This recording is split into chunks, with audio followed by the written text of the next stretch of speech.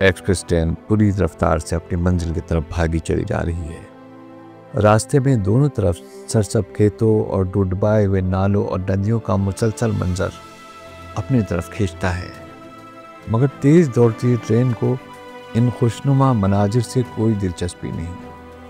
پستی اور بلندی، خشکی اور پانی اس کی رفتار میں کوئی فرق پیدا نہیں کرتے۔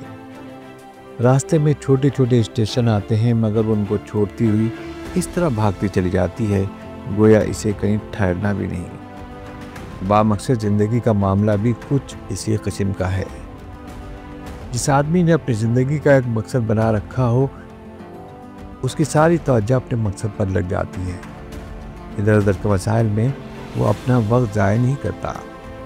بامقصد زندگی گزارنے والا آدمی ایک ایسے مسافر کی طرح ہوتا ہے جو اپنا ایک ایک لمحہ اپنی منزل کی طرف بڑھنے میں لگا دینا چاہتا ہے۔ دنیا کے خوشنما مناظر ایسے مسافر کو لبھانے کے لیے سامنے آتے ہیں، مگر وہ ان سے آنکھیں بند کر لیتا ہے۔ سائے اور اقامت گاہیں اس کو ٹھہرنے اور آرام کرنے کی ترغیب دیتی ہیں، مگر وہ ان کو چھوڑتا ہوا اپنی منزل کی طرف بڑھتا رہتا ہے۔ دوسری چیزوں کے تقاضے اس کا راستہ روکتے ہیں، مگر وہ ہر ایک سے دامن بچاتا ہوا بڑھتا چلا جاتا ہے۔ زندگی کے نشیب و فراز اس سے ٹکراتے ہیں، مگر اس کے باوجود اس کے عزم اور اس کی رفتار میں کوئی فرق نہیں آتا۔ بامقصد آدمی کی زندگی ایک بھٹکے ہوئے آدمی کے مانند نہیں ہوتی۔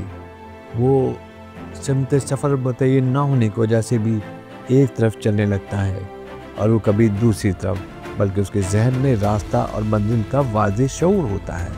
اس کے سامنے ایک متعین نشانہ ہوتا ہے۔ ایسا آدمی کیسے کہیں رک سکتا ہے؟ کیسے وہ دوسری چیزوں میں الجھ کر اپنا وقت ضائع کرنے کو پسند کر سکتا ہے؟